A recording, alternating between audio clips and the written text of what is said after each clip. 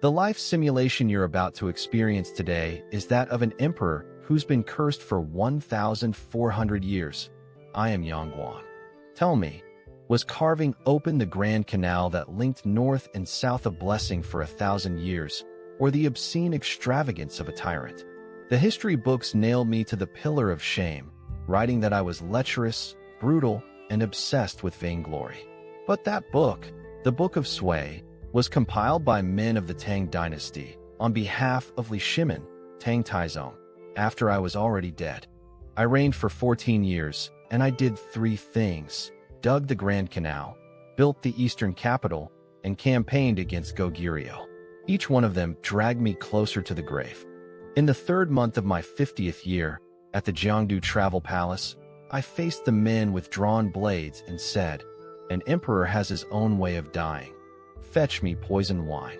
They didn't give me wine. They gave me a strip of white silk. I unwound the cloth from my own neck and let the officer Linghu Xingda strangle me. The man whose hands did it was Linghu Xingda. The man who gave the order was Yuan Huaji. But did you know? Even those who wrote the Book of Sui that recorded my crimes admitted their own account had been padded. I was buried in the western outskirts of Jiangdu, in a small grave of barely 1 mu of land, smaller than the regulation tomb of an ordinary county magistrate. For 1,400 years, no one came to offer sacrifice. Even the stone tablet was knocked over 3 times by the southern winds. Each time it was set up again. Each time it fell. But I cannot accept it, because the very mouths that curse me eat the rice shipped on the canal I dug, while sitting inside the city of Luoyang that I built. So this time, I want to speak for myself. Hear me out, and then you decide.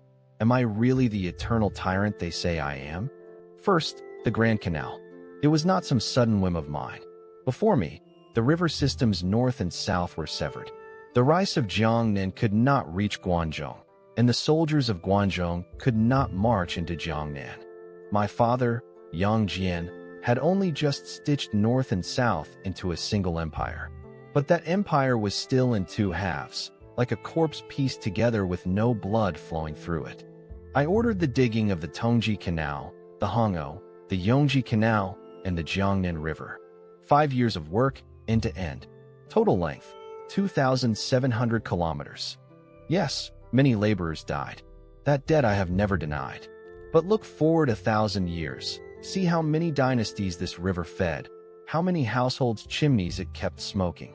The Tang dynasty used it to ship grain to the capital. The Song dynasty used it to collect taxes and run the state granary transport.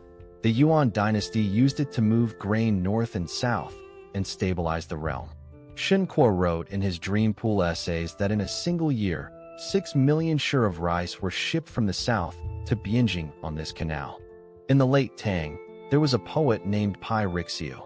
He wrote, "Were it not for the dragon barge and water palace, his merit could rival you the greats."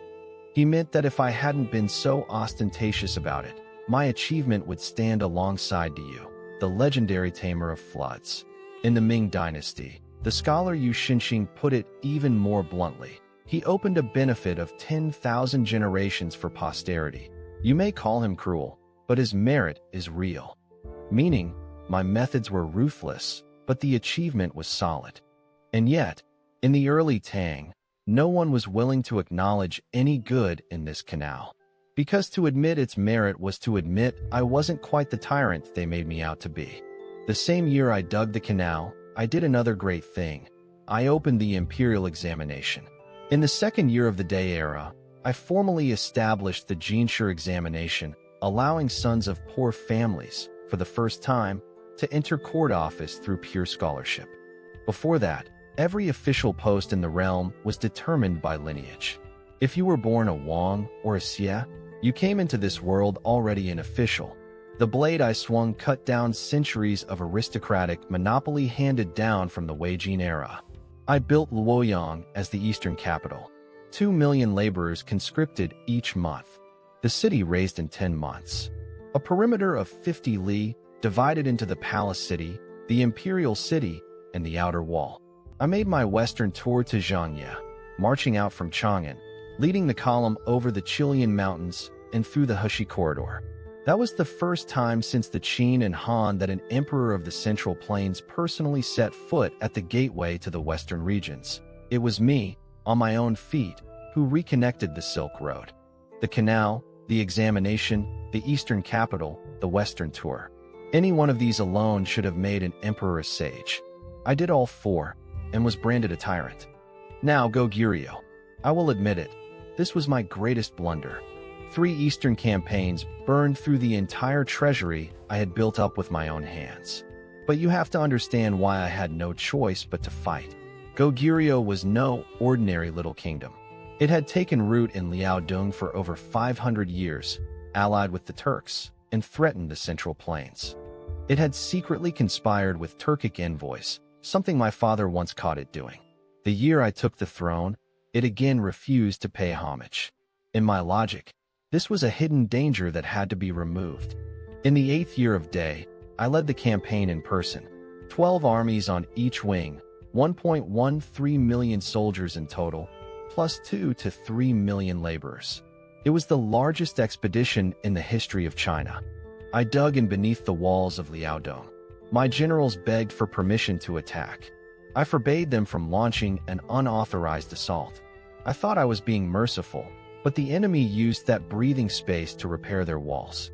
Then I sent 300,000 men to bypass Liaodong and strike straight at Pyongyang.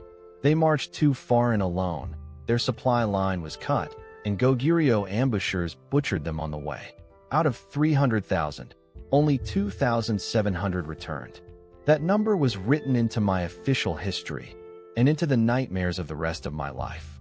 On the second campaign, Yang Xingan rebelled at home, and I had to march back in haste. On the third campaign, Goguryeo sued for peace, and I seized the excuse to withdraw. For years of Eastern War, with manpower conscriptions running into 4 or 5 million, I buried the strongest generation of Sui men in the snows of Liaodong. I emptied the treasury, and peasant uprisings broke out across the country. Li Mi at Wagong, Do Jinda in Hebei, Lu Wuzhou at Mai. Overnight, rebel banners covered the land. The seeds I had planted with my own hand bore fruit on my own body. You say this was reckless militarism? Perhaps. But 30 years later, Tang Taizong, Li Shimin, personally campaigned against Goguryeo, and he too could not take it.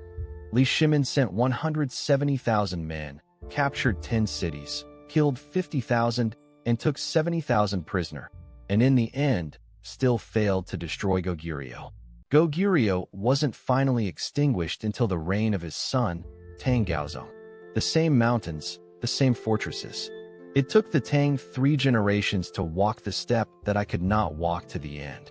Now let me speak of the history book that wrote me. The Book of Sui was completed in the 10th year of Tang Jingguan. Chief compiler, Wei Zheng. Supervising editor, Fang Xianling. Final review, by Li Shimin himself. Wei Zheng, you've probably heard of him.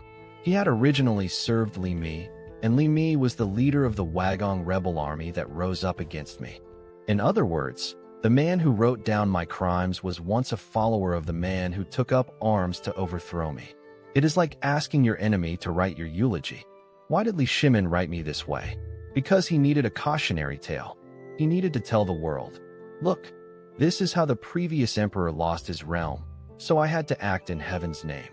The worse I was made to look, the more righteous he became. The more lecherous I appeared, the more glorious his Jingguan era. The more reckless my wars, the more restrained his title of Heavenly Khan seemed by comparison.